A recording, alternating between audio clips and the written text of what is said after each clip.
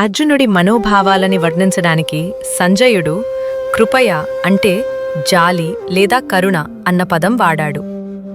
కారుణ్యం అనేది రెండు రకాలుగా ఉంటుంది. ఒకటి, ఈశ్వర వియోగము వల్ల భౌతిక జగత్తులో వేదనని అనుభవిస్తున్న జీవాత్మలపై భగవంతుడికి సత్పురుషులకు కలిగే దివ్యమైన కరుణ. మరి ఒకటి, ఎదుటివారిలో భౌతిక శారీరక కష్టాలని చూసినప్పుడు మనకు కలిగే భౌతికమైన కరుణ.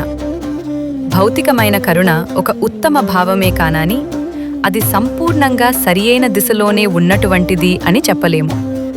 అది కారులో కూర్చున్న డ్రైవర్ కృషించిపోతుంటే కారు పరిస్థితి గురించి ఆందోళన చెందినట్టుగా ఉంటుంది. అర్జునుడు ఈ రెండవ శ్రేణి మనోభావాన్ని అనుభవిస్తున్నాడు. యుద్ధం కోసం చేరి ఉన్న శత్రువులపై అతనికి భౌతికమైన కారుణ్యం పెల్లుబికింది. అర్జునుడి నిరాశ, శోకంతో తల్లడిల్లిపోతున్న పరిస్థితి చూస్తే అతనికే కారుణ్యం, జాలి యొక్క తీవ్ర అవసరం ఉంది అని తెలుస్తోంది. కాబట్టి తనే ఇతరుల మీద దయతో ఉంటున్నాడు అని అనుకోవటం అర్థరహితమైనది. ఈ శ్లోకంలో శ్రీకృష్ణుడు మధుసూదన అని పిలువబడ్డాడు. మధు అనే రాక్షసుడిని సంహరించాడు కాబట్టి ఆయనకు ఆ పేరు వచ్చింది. ఇక్కడ అర్జునుడి మనస్సులో జనించిన స్వధర్మాన్ని నిర్వర్తించటానికి అడ్డుగా ఉన్న అనుమానపు రాక్షసిని మట్టుబెట్టబోతున్నాడు. మన పవిత్ర గ్రంథాలలో ఆర్య అన్న పదం ఒక జాతిని లేదా తెగని సూచించేది కాదు.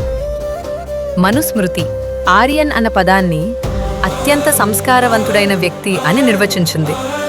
ఆర్యన్ మంచితనాన్ని సూచిస్తుంది, ఆంగ్లంలో పర్ఫెక్ట్ జెంటిల్మ్యాన్ అన్నట్టుగా.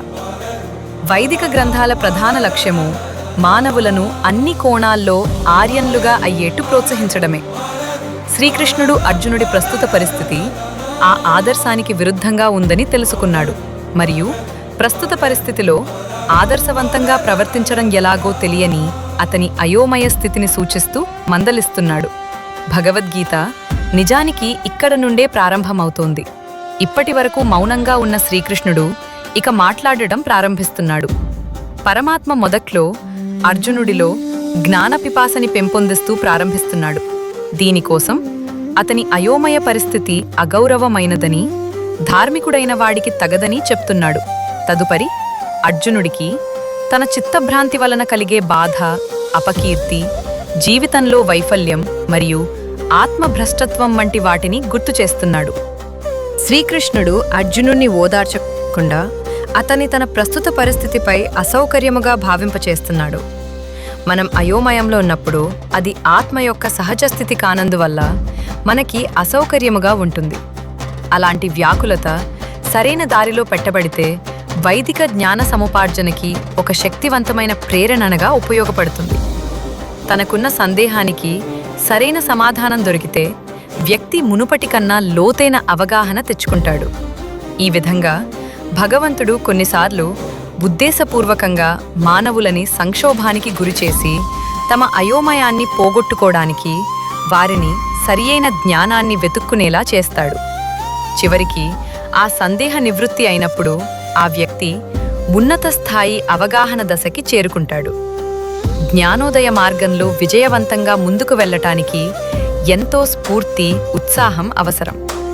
ఆశావహంతో, ఉత్సాహంతో మరియు సామర్థ్యముతో ఉండి బద్ధకం, దురలవాట్లు, అజ్ఞానం మరియు మోహం వంటి ప్రాపంచిక మనస్సు యొక్క ప్రతికూలతలను అధిగమించాలి.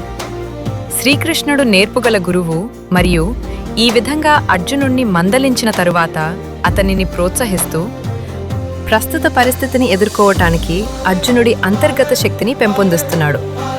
అర్జునుడిని పృథ్, కుంతీదేవి యొక్క ఇంకొక పేరు, తనయుడా అని సంబోధించడం ద్వారా అతనికి తన తల్లి కుంతీదేవిని గుర్తు చేస్తున్నాడు శ్రీకృష్ణుడు. ఆమె దేవతల ప్రభువు ఇంద్రుణ్ణి పూజించింది మరియు అతని అనుగ్రహంతో అర్జునుడు పుట్టాడు. కాబట్టి ఇంద్రుడిలాగే అతను కూడా అసామాన్యమైన శక్తి, పరాక్రమము కలిగి ఉన్నాడు. శ్రీకృష్ణుడు ఈ విషయాన్ని గుర్తు చేస్తున్నాడు మరియు తన వైభవోపేతమైన పుట్టుకకి తగని దౌర్బల్యానికి వశమైపోవద్దని అర్జునుణ్ణి ఉత్సాహపరుస్తున్నాడు.